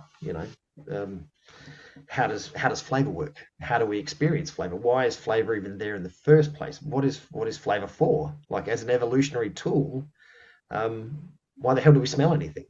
What's the point of smelling something? And it really comes down to, if there's a bushfire, will you see it or smell it first? You'll smell it long before you see it, but once you smell it, you need to make a decision. So smell is intimately linked to, what do we do with this thing? And if you smell something, let's say you're walking along and you're walking past a bakery and you smell the bread baking, what does that do to a human being? They go, oh, that's food. I want to eat that. You know what I mean? So sense in a lot of ways is how we navigate the universe, but in the modern world, we switch it off for our eyes and our ears. We watch TV and we hear these jingles advertising things, and we're disconnected from it because we can't taste it, we can't feel it, touch it, we can't smell it at that time, but it gets into our head that that's what we desire, so we go and buy these things. And it's clever, like they've got us all on our head. But if you walked past, see, I love steak, so I'm not trying to make a political statement here, but if I walked past a fire pit and there was a lamb cooking over the coals, my brain would go, oh, Dad, that was pretty good. I might want to eat that later. So my view of trying to make something that people wanted to drink was based around taste. Come and taste it, and if you like it, then there's a chance you'll buy it. Like, I was never into the whole, I have to advertise this thing in your head to make you want it.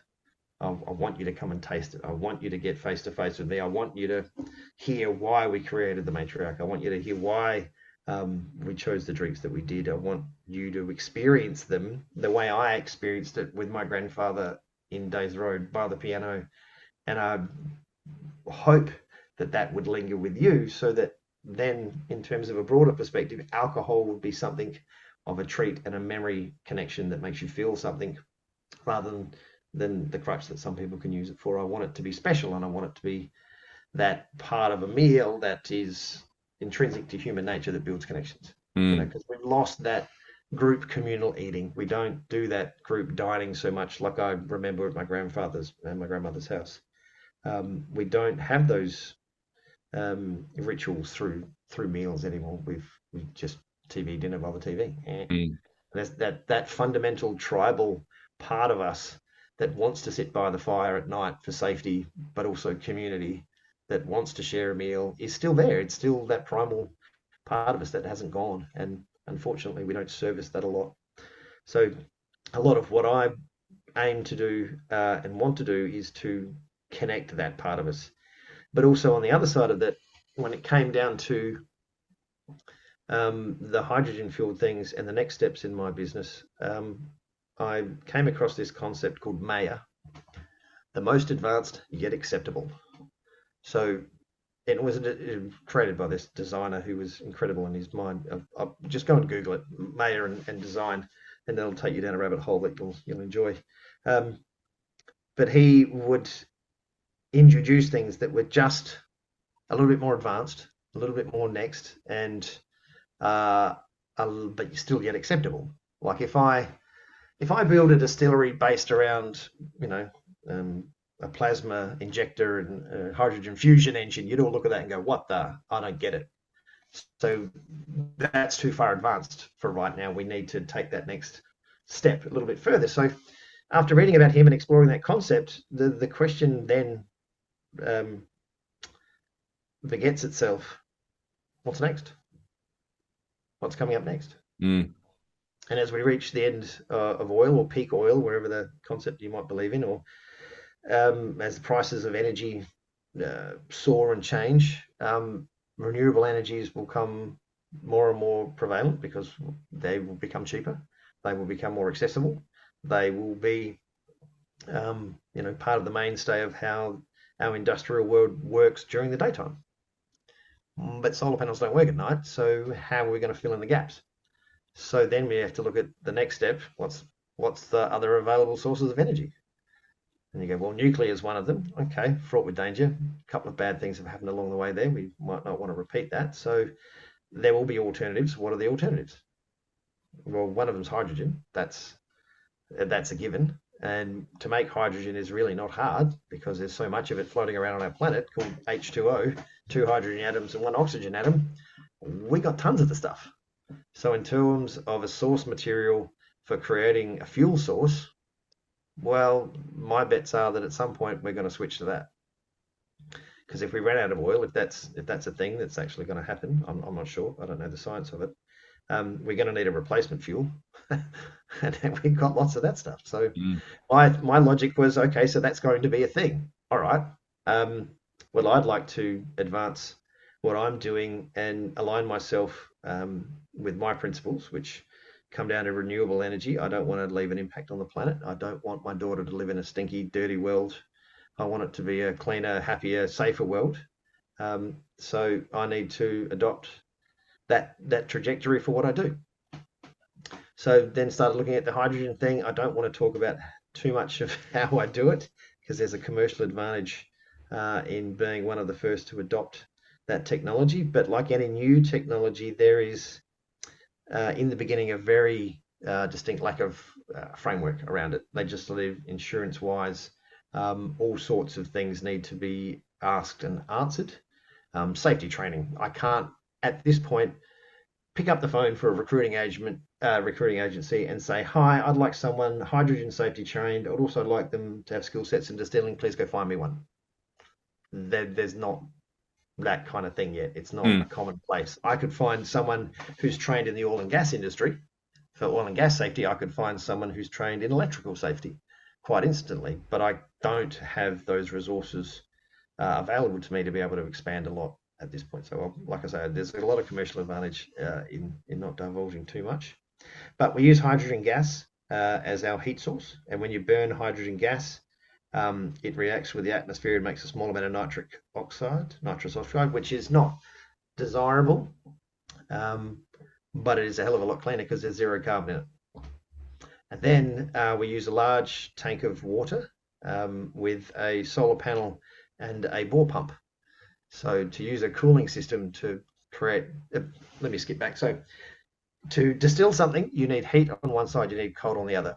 The basics of this, when you're distilling, water boils at 100 degrees at surface pressure. Alcohol boils at a little over 78. So if you can get a liquid that is 50% water and 50% ethanol up to 80 degrees, the alcohol is above its boiling point and it wants to evaporate. If you can capture that vapor, steer it down a pipe, and run that pipe into a cooling system, i.e., just a bath of cold water, that vapor will lose heat, fall below 78 degrees, and become liquid again. That effectively is distilling. So when you look at what we were doing, I was doing, we were using hydrogen as the heat source. It has a lot of joules of energy, which is part of the safety side of things that we need to further develop. But if you have hydrogen as the heat source, there's zero carbon in it. And then if you're running a large thermal mass of water as the cooling system, then you can effectively heat alcohol with flavor in it, i.e. juniper, which makes gin, and then condense it, and you are completely off grid, which was the aim at the time. So yeah, H2 Gin was born in June of 2022 when we distilled our first batch. And I still have a few bottles of what we call batch zero, that we're leaving for posterity. They're all gold foil painted on the bottom, which is kind of snazzy. It's another technique I kind of messed around with and had made work. And yeah, now that the legislative environment is changing, there are new rules in place, new regulations. The definitions of appliances versus equipment versus the safety requirements, insurance requirements, all of those things are now starting to come through the pipeline. So if we can, how do I phrase this without giving too much away? If we can develop our plans further with the right investment, we will continue on that brand of being the first hydrogen fueled distillery to have been operated. Without giving too much. Yeah, there's a lot. It's a brand new industry, and there's a lot of people out there. I've had people show up at the distillery and say, "How do you do it?" I'm like, "What do you mean?" I'm going to. Well, first of all, how about you give me all of your recipes, give me all of your books, give me all of your IP. Tell me how you just started to do everything you do, and then I'll swap you. Like, why would I give you all of my IP just because you demanded it? Yeah. Sorry, it's kind of not how we play. Because Yeah. I know what you're going to do. You're going to find an investor who's got more money than our investors, and then you're just going to do it as well. So why would I create my own competition? I don't want to do your thinking for you. You go and develop your own way, and isn't the nature of competition to see if the best idea wins? That's it. Yeah. The idea of the marketplace. Yeah, exactly. Yeah, it's modern economics. I don't want to give away too much because it is very, very early days in an industry that I think, contemplate, project will be a solution in those industries that are heavily energy dependent. It's available. It's really easy to make. You can make hydrogen with electricity, which can be made with renewables. You can even do it out of geothermal. I mean, one of the ideas we were discussing it with a friend the other night was imagine a geothermal plant with steam turning a turbine which generates electricity. That steam then gets fed into an electrolysis unit which splits the hydrogen and oxygen apart, and it just works 24/7. And then you pipe that hydrogen down a pipe, and it lands, much like at a refinery or a petroleum depot now. And you've just got this monster storage of hydrogen, which is what in South Australia, if you look at the Malinauskas government, have started to gain a lot of traction in their investment in Port Bonython, which is a fascinating and exciting project where they will basically attempt to make South Australia a hydrogen hub for the future. It will Awesome. also tie into the Whyalla Steelworks and decarbonise.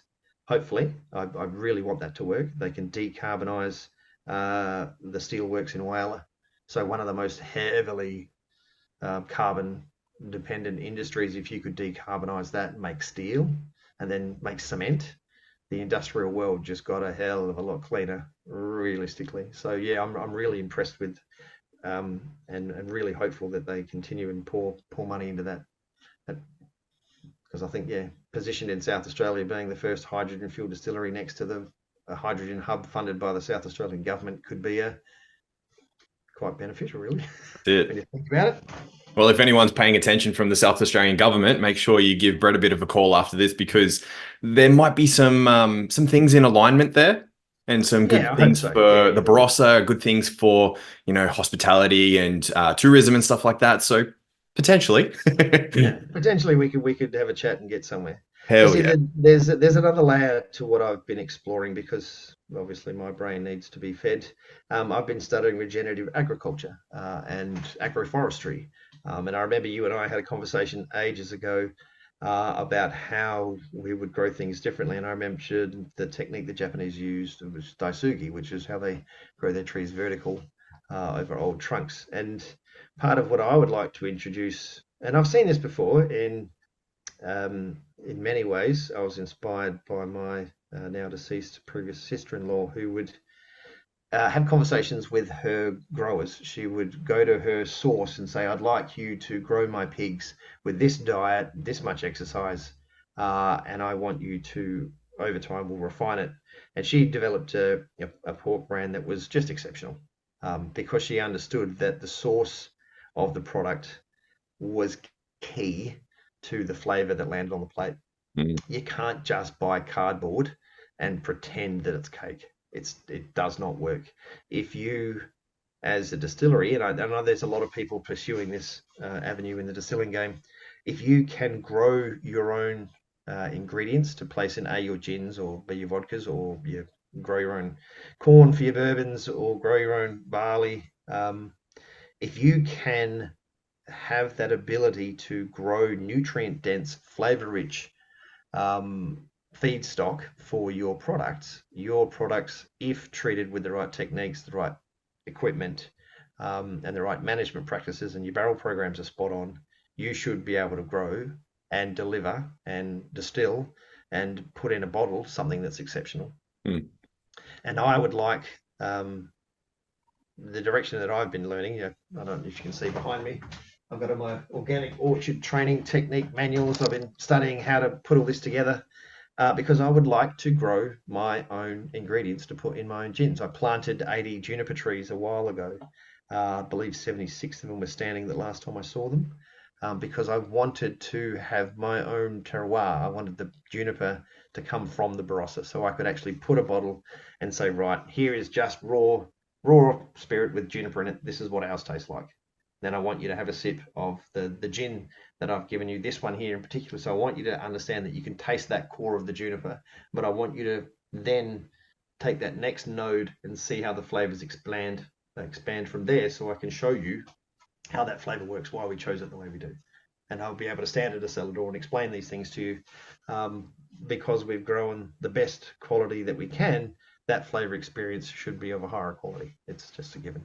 Yeah. But rather than buying generic stuff off of the open market, I want to be able to control the source. So in the end, that's the direction I want to take. I want to be Mm. able to push something that's a little bit more advanced and follow that principle. And each step of the way, just chip away at getting a completely renewable, hopefully completely off grid, never to be connected to the coal-fired power network distillery, and just grow that in size and scale and see how far we get. Yeah. But I'll get through the divorce. That hopefully will be resolved in the near term as opposed to over the longer term. So the near term, get past that. Mid-term, have the distillery operational again. Longer term, push down those pathways that align with the principles of renewable, clean, quality, nutrient-dense products. And hopefully my product will be better than everybody else's, even if we have the same equipment, even if we have the exact same model of the still. Hopefully you'll be able to taste a little bit more flavor in what we're doing. Yeah. And then therefore you'll have that experience to a greater depth, and that will link into a memory. And hopefully when you remember that you need to buy more gin, we will come up again Yeah. and you'll buy from us again. Yeah. And then I won't say it now, but I'm researching a circular economy idea to be able to reduce and reuse a lot of our products. That's something that the South Australian government have been putting out grants and grant money towards because they want to develop circular economies as well. So we've taken that philosophy on board. I've put a lot of research into that to be able to kick that off. So yeah, I have I would say the broad strokes of the plan, the distillery I know I could build if I had the money, um, and the infrastructure in terms of growing things, that will take a number of years to develop because things take time to grow. But the path that I want to push it on would make it another unique selling point. So hopefully by the time in the midterm to long term, I'll have a distillery that's quite unique and have lots of unique selling points. Hell yeah. That makes that makes a challenge in a direction that I can sink my teeth into and live a very happy life. And if I fail, so what? At least I had a crack and it was meaningful to me. Yeah. That's So so yeah. exciting, man. The thing that I love about this whole space around, like, you're taking it from this mass-produced, you know, multinational company that just is in it for profit. They don't give two shits about what their product ends up as. It's Oh, it's and I'm sorry, I got to cut you off on that one. There's a lot of people who work for those big companies who give a shit, who love it, who will put all their energies into it. It's just the nature of large corporations that that passion sometimes gets absorbed and it doesn't quite reach the end consumer. yeah, It's just the nature of the beast. They're giants, you know. You can have 1,000 people pulling the giant in one direction, but a giant's momentum takes time to change. And there are people out there who love it. They do. They love what they do and they're passionate. And I've spoken to some of them, and I can feel it in them. They do, but it's just corporations are behemoths, and you cannot turn an aircraft carrier on a dime. yeah, They take yeah. time to shift. The perspective I was coming from was from like the Vanguard Black Rocks that own fucking everything and that are destroying it through DEI and all this other bullshit that's going on. Whereas people like you, people that are in regenerative agriculture, regenerative farming, it's let's take it from the very start, the inception. What's the idea of it? And let's carry that same idea through the entire process so that from start to finish, from inception to product, it's the same intention the whole way through. So that way we can Very much deliver so. something that is alive and has spirit and has uh, essence to it rather than this thing that is just capitalist greed. Yes, the capitalist greed has lost its connection to the source of life. It just becomes numbers, Yeah. and when you do that, everybody feels it. Like you've seen companies that are family run, everybody loves what they do. They have a deep connection to the place. They get sold or bought by a big corporate entity. Place loses its feeling. Like we all know that that happens, and that that's unfortunate. But if if theoretically I could prove that my off-grid hydrogen-fueled renewable energy-driven regen ag product lands in a bottle and becomes uber profitable, who do you think is going to jump on board? Yeah. VC straight away. Straight away they go, hey, how do we get on board with this? How do I give you money and own a part of that journey? We all know it's going to happen. Like if I could make that happen tomorrow and that facility was up and running, there'd be people sitting at my table going, hey, can you float it? Can we do this? Can we do that? All these kind of things. Can we absorb it somehow into that big world? The trick is to somehow make it to a point where they have to follow those same practices, even if they do buy it. Because I've watched other companies, family companies in particular, around the Barossa, they get bought, and suddenly the focus on quality ingredients shifts to the accountants get involved and now we'll buy things from Spain as opposed to growing them locally. I've Yeah. just picked a random example. So the trick would be um, a little bit of a out of my cold dead hand. You got to maintain that principle. You can't just buy it as a showpiece, as a museum piece. Like you need to fundamentally see that this is a profitable, renewable, sustainable cash cow that when managed properly will just print checks for you every year because people will respond and buy these products every year. And if the way we structure the business is done in the right manner, it will be profitable Mm. constantly. Constantly. It'll just be a constantly profitable business. Yeah. So why wouldn't you follow that business model? No. I mean, I understand corporations and different industries have to follow different models, but in terms of an agricultural product that lands in a bottle, that's the dream, isn't it? And maybe some of those regenerative agroforestry practices, once proven commercially viable, might look at being adopted elsewhere. Yeah. We might see things like orchards suddenly growing secondary products between the trees. We might see that their reliance on different fertilizers might decrease, and they might be able to add different crops that were susceptible to those chemicals. Now that those chemicals are not being used, they have access to growing further products. So instead of just being a X orchard, it could be an X orchard that grows Y, Z, B, C, L, K. All the other bits. So now that they're diversifying their incomes, that business model might actually become more attractive to a lot of horticulturalists. That's the hope of the regenerative farming industry.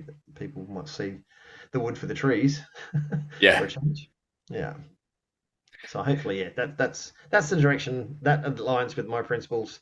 If you think about me growing up in the desert, not seeing any lush greenery, never seeing the ocean, suddenly having that mesmerizing experiences, like those things imprint themselves in my memory for a reason. Like that's part of the story that actually that matters. I like being around tropical lush greenery. It makes me feel like I'm home, but there's nothing like getting on the water and feeling the wind and steering with nature. You know, that's if you want to get somewhere on a boat, don't point yourself into the wind. You go Yep. backwards. You got to Yep. work with nature. Yeah, I've noticed a growing trend. Obviously, I overanalyze everything, and I'm very much a people watcher. I've noticed that people they have a massive desire for the real these days. We've gone Yeah. through this massive phase of capitalism getting to where it is, consumerism getting to where it is. Our food's fake, our air's fake, the people are fake. There's fake TV, there's fake entertainment. There's just everything's just fake. There's a desire and a thirst and a hunger for reality. There's a desire for connection that we have. Like people want real. They're fucking sick of the world that is, and we're birthing something new. Like we're birthing new communication, we're birthing new connection, new food, just new. And we're like right now we're in the middle of a revolution, but people don't recognize it because Mm. we're fucking sick of what is. We're throwing it all out. Hopefully we don't throw out the baby with the bathwater, and we can learn from practices of prior, and then create something new, create something that has depth and spirit, and something that's meaningful. You know what I mean? Absolutely. I view that exact same topic in a slightly different manner. I think we have disconnected ourselves from the natural world. Mm. We wake up in a concrete and glass building. We put on all these clothes. We jump into a metal thing. We drive it, listening to the radio, sipping on a coffee. We get into this concrete and glass steel building. We might see a couple of pot plants. We might notice a tree driving down the street. And then we stare at this computer screen all day. We talk on the phone. Then we might step out for a bit of lunch, and then we come back in, and we're back into this concrete jungle, and then we're back to our little car, then we drive it home and through all this traffic, and then we finally get back home and we think, oh, God, safety, and then we go back into this little concrete building that might have a few plants around it, and then that's it. But that's not how human beings evolved. Mm. We are intrinsically designed to connect with nature. We, as human beings, look, and I know this sounds slightly esoteric, but when you present somebody with green fractal patterns that mimic the leaf patterns of the jungle, you can actually watch their pulse rate drop. When I stare at the water and I see those blue fractal patterns, that calms me Mm. because I feel connected to the natural world again. I can feel the wind on my face. I can smell the salt in the air. I can smell it from a kilometer away when I'm driving. Ah, there's the ocean. I know where you are. Like I can feel it. And we are designed to experience the world through our senses. And when those senses are just concrete and steel all day, we slowly disconnect ourselves from nature. Mm. So part of, aligning with as I was describing earlier, I want to be able to get nature, put it in a bottle, hand it to somebody, and have them experience and taste it again, like I did with my grandfather all those years ago. And in a lot of ways, like there's a movement to low alcohol drinks, which I wholeheartedly embrace. I'd like to have smaller alcohol content, but more flavor. I want you to pick up something and pour it over ice and go, my God, that tastes like apricots. I remember those apricots. They were the apricots that were in my grandma's backyard. You know what I mean? But my daughter, she didn't get to go to my grandmother's backyard, so she didn't know what that tastes like. I want human beings to reconnect with that part of themselves on a level that makes them feel connected to nature again. Mm. And I want nature to thrive, which is why, the regen and agroforestry side of things, I want that nature in a bottle and to be able to present it to people. And I want them to come to the distillery and come to our kitchen garden, and eat our food and have a little snack. It's just a little plate of apricot with almond, a little bitter leaf salad. Just something as simple as that. But it's an apricot. It's an apricot, and they go, "Oh my God, this apricot's delicious." Mm. That's what food should be. And absolutely, that's what food should be. Yeah. That's what life should be. It's the experiential nature of through our five senses. Correct. Absolutely correct. It's And the whole thing. Like I can imagine going to one of your distillery courses, go do gin or whatever else. The process that you explained to me about getting in touch with your palate and understanding what your palate enjoys and refining it and stuff like that.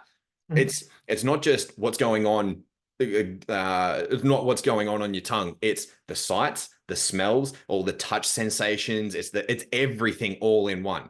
So What getting to memories does it bring up? understand this little task of tasting gin for the first time, but it's everything. It's all in one. It's the Yeah. full experience of it. Yep. Absolutely. I'm taking you to a part of your senses that is below the conscious mind that can then help you reconnect with things. And I've had people come to me, a year, 2, 3 years. I've been doing this since 2017. Um, and I've had people come up to me at a bar actually. It was Mark and his wife, and he said, "Do you know what? I still eat food differently thanks to you." And I was like, "Really?" And it was like, "Yeah." It was like, "That's the coolest thing I've ever heard." Because I get people in touch with their senses. They slow down for a second and say, "Hold on a second, what does this actually taste like?" Mm, Not, not is this spaghetti bolognese? Does it taste like spaghetti? Yep. Is it a good example of spaghetti? It's not so bad. Is it safe to eat? Yep. Proceed. mm, But there's so much more to food than that. There's so much more when you explore it on a deeper level that can help people reconnect with nature. And when you reconnect with that subconscious natural part of our world, it creates joy and happiness. The same feeling I get by walking up and smelling the ocean, by sitting by the beach, having the waves crash on my feet, I can get that same level of joy. Maybe I'm unique, I don't know, but I think it's a fundamentally human experience. When I taste something, once again, I'll bring it, when I taste an apricot that tastes like an apricot, your brain goes, "Yeah, that's cool. That's yummy. I like that." And you just know intrinsically that that's how it's supposed to be. And that experience of eating a deliciously, beautifully sweet, ripe apricot is awesome. mm. And that brings joy to people. So why can't we extend that, capture it in a bottle? And then, part of me, going down a rabbit hole is I could stand in a room potentially in 15 to 20 years and have 10 years of apricots in a bottle. And I'll use the same technique, same stills, same equipment, the whole lot. The only variation you will see is the growing season. We might have had a bit of extra rain this year. We might have had less rain, so the flavors are concentrated and sweeter. If there's more rain, it might be slightly diluted and have a little bit more aromatics to it. Or this year it was drier, we got more sunshine, we got more clouds, and basically walk through 10 years of history through your palate. Mm. Actually show you the cycles through your palate. And so you can sit in a dinner with me and we'll just absolutely groove on the idea that you could taste history in a bottle for a while and do the same thing with our whiskies and our bourbons. Grow our own corn, grow our own barley, and show you the growing seasons. Treat our whiskey as a way of explaining the cycles of nature and reconnecting people to that moment that there is a cycle of nature.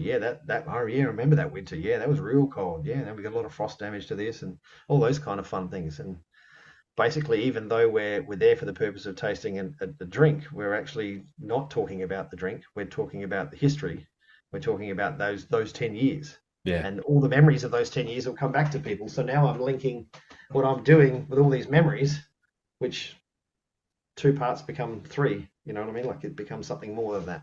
Mm. So that's kind of what drives me and thrills me and makes me thrive is to see that when people come through the gin school and when they taste our products, will go, "Oh my God, I actually didn't know I could experience food and flavor that way." Well, yeah, Mm. that's what it's designed for. Yeah. And now when they eat something, they go, "Oh, wow, that's incredible." Yeah. What a healing thing for the modern human to take Yeah, it back to basics, back to reconnect the them to the experience basics. nature of life. Yeah, reconnect them to the source of life again. And that for me is yes, I'd like to make money. Yeah, we got to keep the lights on, and everybody's got to a life to live, but it's that connection, that whole real nurturing, positive, life affirming connection that people will come to our distillery and experience and go, wow, cool. And they will remember it. And that will be a positive memory that gets carried forward in their life. So I've just created something that's almost um, semi-permanent. As long as that person alive, that moment exists, Mm. which is kind of cool to me. And the more people you can do that for, the more people will talk about it, and then the more they'll come and go. Do you know what? You got to go check this guy out. Like you got to go talk to him. You got to go drink his stuff, and like just let him blow your mind for 20 minutes because he loves it so much. And you go, yep, cool. And I have to say, I have spent $36 in Instagram ads in the gin school since 2017. I don't spend money on advertising. People talk about it. They go, wow, I loved it. And they go home and they talk about it. And then, of course, they've got a bottle of gin to show for it. So they Yeah. drink gin with their friends and go, man, that's delicious. Yeah. Yeah. So to me, that's um, worth more than any level of advertising and any level of pretty. Um, I've just got to get better at being able to communicate that message on a broader scale. Yeah, that's it. Yeah, that's not my skill set. So anybody wants a job in advertising can hit me up. I was having that conversation with myself last night. You got to get better at advertising. Yeah, I know. I just don't know how to do it. Yeah, right. Okay. Yeah. I think the big thing, the reason for the success of the gin school and for what's going to come with, H2 gin and everything else of where this starts expanding is because you're driving it, Yep. because you're so I love it. passionate about it and you want people to have your same experience, to like in their own version, to be able to go, this is what your body has available to it. This is what your senses have available to you. Imagine what can unfold if you can experience life, the taste of the apricots. That imagine these tiny little things that you're experiencing right now. Imagine if you can experience life in a greater way for the rest of your life. Ta-da! You only got to do it once in one avenue, and it applies itself to a few other avenues. That's it. Yeah, and it's part of the joy. Like I stand back, and a lot of the time, it's my little moment that I try to give as much as I can in the gin schools, but it's my little moment where I actually watch these people who've walked in the door an hour and a bit ago. They had no idea how to build a gin recipe, no idea. Couldn't if you sat down and gave them a quiz beforehand, how do you make a gin recipe? Most of them will go, I don't know. But an hour and a half later, they're in this place where I've given them enough, I've encouraged them enough, I've made them feel safe enough to actually explore their own senses, and now they're following that path, and they've just built a gin recipe from scratch. Mm. And I'm like, that's freaking cool. I've taken you out of this one zone and I've put you in another place with a gentle kind of transition, and now you're sitting there building a recipe like you've been doing it for your entire life. Yeah. And that skill, if you wanted to, instead of making gin, make a curry sauce. Balance all those flavors in a curry. Yeah. Sit there with your senses and say, how much cardamom do I need? How much of this do I need? How much cinnamon do I want? Sprinkle, sprinkle, pinch, pinch. Nut, that smells right to me. Awesome. So when you're using the spices that you like and you're balancing the spices in a way that you like them, well, how good that curry going to taste? Mm. You know what I mean? Yeah. And then you get to make choices. And if you can empower yourself to make choices in gin making and then curry making, well, suddenly you can make choices in other things too. Yeah. And I like this much and I like that. I like to read, or I like to watch movies, or I like to play tennis. Like I can it's that same empowerment feeling. Yeah. To me. And it's kind of special. And it's kept me sane and made me feel like I'm contributing something, even through all the dark days of being broken and yeah, throughout the whole marriage dissolution. It kept me alive and kept me sane. Yeah. That and my daughter. Hell yeah. Yeah. You're teaching people something that's very vital. It's, do I like this thing, this food, this whatever it is? Because other people have told me and influenced me that they like it, so I want to be a part of the crowd and the community to be able to feel safe and have a place to belong. Or am I doing it because I actually like it? And then you're teaching the people how to disconnect from that. And, you're still going to have your friends, you're still going to have your culture and everything like that. And then you're teaching them, hey, this is what your unique expression actually likes. Go for gold. Yeah. I say to people in the gin school, there's no wrong answer to this. Mm. There's no wrong answer. Pick the ingredients that you like. That's all that matters. It's your gin. There's no wrong answer here. You don't have to, I can't give you a recipe to follow. And I did in the beginning. I had these um, sort of sheets where I give people a basic recipe, and I found a lot of people were just following that. They weren't Yeah. quite comfortable enough to step out on their own. So do you know what I did? I pulled that out. Now I give them a blank sheet that has, gin school. Here's the hashtags outright juniper and coriander seed on it because they're the core of all gins. And then after that, it's blank. It's up to you to fill in the page. You can't follow my recipes. No, I want you to find your own, Mm. and I'll make you feel safe enough to do it. So choose. That's the fundamental thing about life is we get to choose stuff. It's cool, huh? Hell yeah. So yeah, uh, I try to keep it as honest and as real as humanly possible and as much fun as I can. And it is fun. And I say that I do this. I say this joke a lot. If without the customers, I'd be standing in a shed talking gin by myself. And where's the fun in that? Yeah. So I'm grateful for all of the people that come along and hang out with me. Yeah. Otherwise, I'd be there by myself, just still talking gin. But that's all right. I'd still be having fun. Hell yeah. Man, it's been an absolute pleasure to have you Always a on. pleasure talking to you, Dave. Man, I can't think of a time where we've never had a great conversation.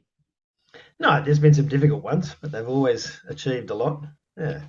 Absolutely, man. And I have to say, without your help in the early dark days, I hate to think of how long it would have taken me to recover. So I do owe you a lot of debt of gratitude, and I thank you very much for all the work that you're doing because you helped me massively. Thank you for putting the trust in me to allow me to guide you in the best way that I can. Yeah, well, I know your intentions are in the right direction. That was easy to see from the beginning. So yeah, I do. Thank you. I thank you a lot. Man, it's been an absolute pleasure. Guys, again, chuck it down in the description. Have a look at his socials. Go follow him. Go visit the gin school and explore your senses. Yeah, come and hang out, have fun. We'll make gin. Hell It's yeah. a great way to spend today. And I even cook your lunch. Woohoo! Thanks heaps, guys. I'll see you again next week. Thank you for being with me today. Thank you for subscribing and leaving a review. It really helps us out. Until next time, take care and much love.